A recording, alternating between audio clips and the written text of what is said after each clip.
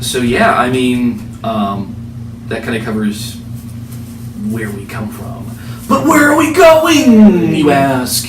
Or didn't ask, probably you didn't, you don't care. Maybe didn't even care. I don't think anybody cares. I can't see that anybody would. We're trying to make you care. We're trying to draw you in. And how are we going to draw you in? We could tell them that we love them. It's a lie. We're men, so it's a lie.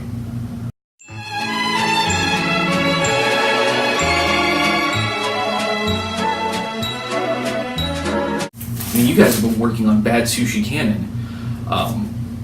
Writing and drawing, inking. Technically, seriously, Covers. for 2002.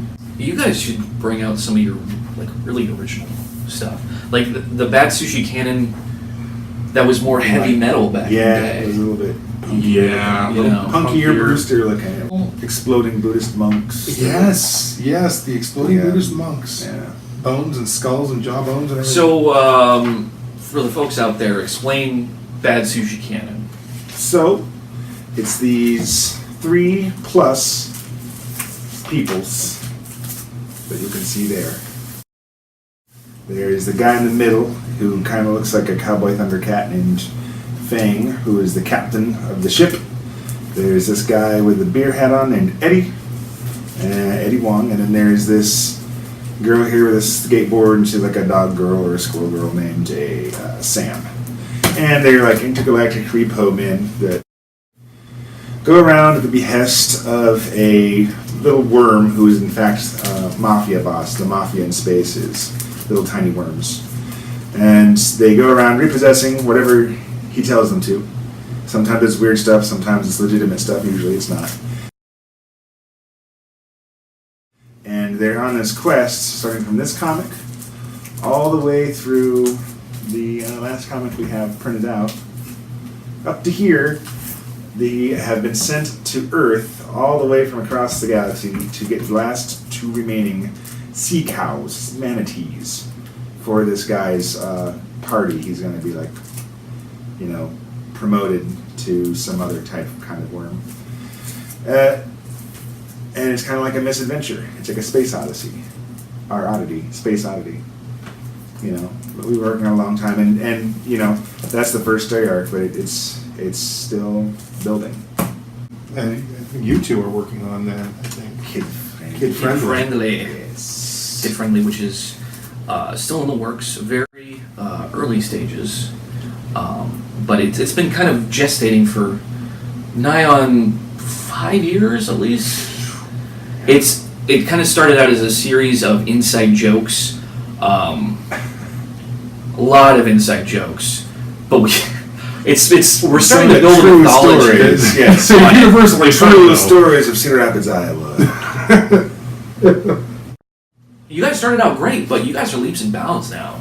Yeah, it's 10 years of progression. Styles have changed, obviously. I was looking just the other day in my studio, and I've got a few of the old back issues, and I was rummaging through and cleaning out, and I thought, wow, you're right. In the beginning, it was good, but it was like stick figures compared to like the latest issue.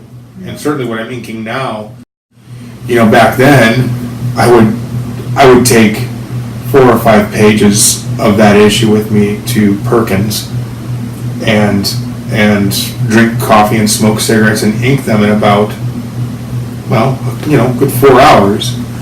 And now, each panel that that he lays out, it's 10 times more complicated than. I mean, it's more work than we put into the first ash cans for sure. All of them together. Yeah. I mean. This is the actual first one. Yeah. This is the variant cover. This is the variant cover. This is the ultra rare. I will be keeping. I can't believe he still has that. Yeah, ours are gone. I'm sure. God, who did we publish that? That was Comics Press. Comics Press. Comics Press before the super storm came and blew it all away. The thing about black and white comics is they tend to be more visually appealing than color to me. But when you're making them, if you're doing making black and white comics, it's very difficult to draw the eye, to guide the eye around the page, because you have to have a proper balance of black and white. Got the word Like- bubbles. Yeah. Even the word bubbles were wrong. But some of the tails don't connect to the actual word They're not going to bubbles. see that. Well, they should zoom in. They have that function. I'm sure they do. They can just bring their nose That's closer how- to the screen. Yeah, that's how YouTube works. Zoom. Look at that panel.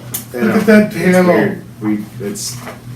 You do it. Do like a close up of that. But you look at this now. You guys ditched. What issue did you ditch the grayscale? Well, we keep it To a minimum. to a minimum now for splash pages. I do believe you did Like it was this- a very bold looking panel, and I was like, wow, that looks Yeah, really that's good. incredible. So I think even it if was you, this one. so hold up, like turn to a page of that, I will. and you really can't make it out, No. but you can. Oh boy. There's definitely a difference. There's gonna be. And nobody can read a comic book from across the room, but But if you could. All right, so this has been my most favorite page spread of the first issue. hold it up from here, you know, and this is just some random page of the new issue. It is leaps and bounds. You know, This is the fundamentals. best page You know, in here. you know, So, and the the newer issues are printed by Kablam, which I like those guys. I like Kablam. Yeah, good guys. Everything comes prompt. I've not had even so much as a scare with Kablam. I know that towards the end, Comics Press was having some problems anyways. Yeah. But then that hurricane just wiped everything out, and it just wasn't worth coming back from. So, you know, we've been doing this for years now. We kind of do it as a hobby, you know, / you know, we go to conventions and conventions usually in the summertime. Some in the wintertime before. Yeah, Seriously? Yeah. local stuff. You know, and it's great. I mean, conventions are a lot of fun. That's Even more when they're not, stuff like that. Kansas City was fun. Kansas City was fun, and we're definitely going to do that again. And I definitely want to do Planet Comic Con. Yeah. And Kansas City Comic Con, which is, I believe, the newer one. But yeah, well, we went to Kansas City Comic Con last year, and it was my second year there, and it's loads of fun. I really like it. The setup is fantastic. Really well put together. I don't know if that's about equal parts. You can't speak for everybody, but as important as it is to make money, to make at least some profit on what you paid for to be at the convention, it's also just as important to meet people who are going to be reading your comics, to hear what people are saying about comics, what they like, what they're reading, what are people reading, what are they into, you know, what styles do they like to look at. Right. I'm still a guy who will pick up and flip through the meat of the comic, and if that art doesn't draw my eye, if the art isn't something I want to look at, I won't read the words. I'll just buy a book.